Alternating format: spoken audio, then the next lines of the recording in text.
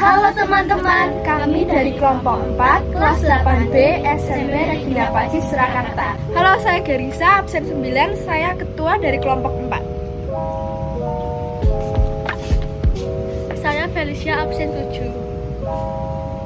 Hey, saya Jocelyn, absen 16. Hai, saya Dona, absen 22.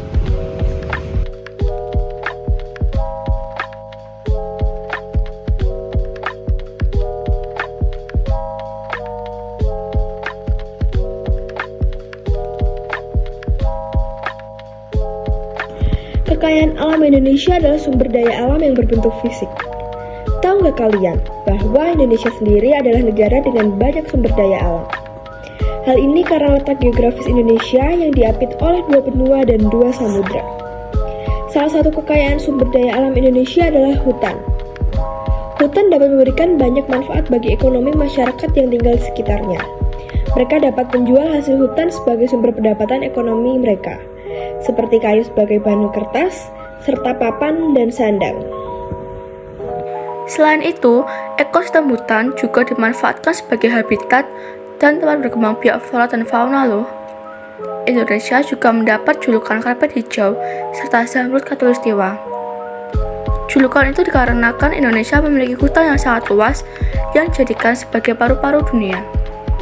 Sekarang hutan di Indonesia memiliki banyak sekali permasalahan. Contohnya adalah kebakaran hutan. Kebakaran hutan disebabkan oleh 2 faktor utama. Pertama, faktor alami, dan kedua, faktor ulah manusia yang tidak terkontrol. Faktor alami seperti pengaruh El Nino. El Nino bisa diartikan sebagai fenomena naiknya suhu permukaan laut Samudra Pasifik di atas normal, menyebabkan kemarau panjang hingga tanaman menjadi kering. Hal ini menjadi bahan bakar potensial jika terkena percikan api yang berasal dari gesekan antara pohon-pohon yang kering serta dipicu dengan suhu yang tinggi. Yang kedua, faktor dari ulah manusia, seperti pembukaan lahan dengan cara membakar hutan yang dilakukan oleh oknum tidak bertanggung jawab. Ada banyak sekali cara untuk menangani kebakaran hutan liar di Indonesia, seperti membuat hujan buatan. Bisa juga membuat danau buatan di sekitar hutan yang airnya bisa digunakan jika terjadi kebakaran hutan.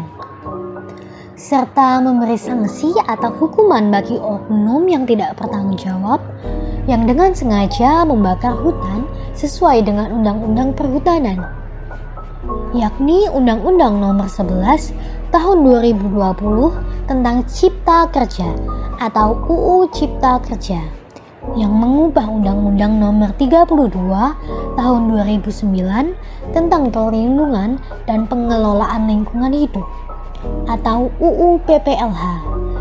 Secara eksplisit mengatur bahwa setiap orang dilarang melakukan pembukaan lahan dengan cara membakar. Akibat dari kebakaran hutan adalah hutan akan gundul. Untuk menanggulangi hutan gundul, kita dapat melakukan reboisasi. Apa itu reboisasi? Reboisasi merupakan penghijauan yang dilakukan di hutan gundul. Dengan demikian, yang dimaksud dengan reboisasi merupakan penanaman hutan kembali, yakni hutan yang sudah gundul agar dapat berfungsi dengan baik, yakni sesuai dengan peruntukannya lagi. Pohon yang ditanam dalam aktivitas penghijauan boleh bermacam-macam jenis pohon. Biasanya, pohon yang ditanam adalah pohon-pohon yang mempunyai banyak fungsi, seperti sebagai penyimpan air dalam akar, yang mempunyai kayu yang serbaguna, atau yang berbuah lebat. Adapun manfaat dari penghijauan diantaranya adalah menjaga ketersediaan air tanah. Tidak ada makhluk hidup yang dapat bertahan hidup tanpa adanya air. Maka dari itulah, air harus dilestarikan dan dijaga kualitasnya karena air merupakan minum bagi makhluk hidup. Selain menjaga ketersediaan air tanah, penghijauan juga dapat memperbarui kualitas udara. Pepohonan yang ditanam di suatu tempat secara tidak langsung akan menghasilkan oksigen serta menyimpan air. Hutan merupakan salah satu kekayaan alam yang harus dilestarikan karena memiliki banyak manfaat dan juga demi kelangsungan hidup kita semua serta bagi generasi yang akan datang. Ayo semuanya kita menjaga hutan agar kelangsungan hidup kita dan anak cucu kita tetap terjaga, serta keanekaragaman hayati juga tetap lestari.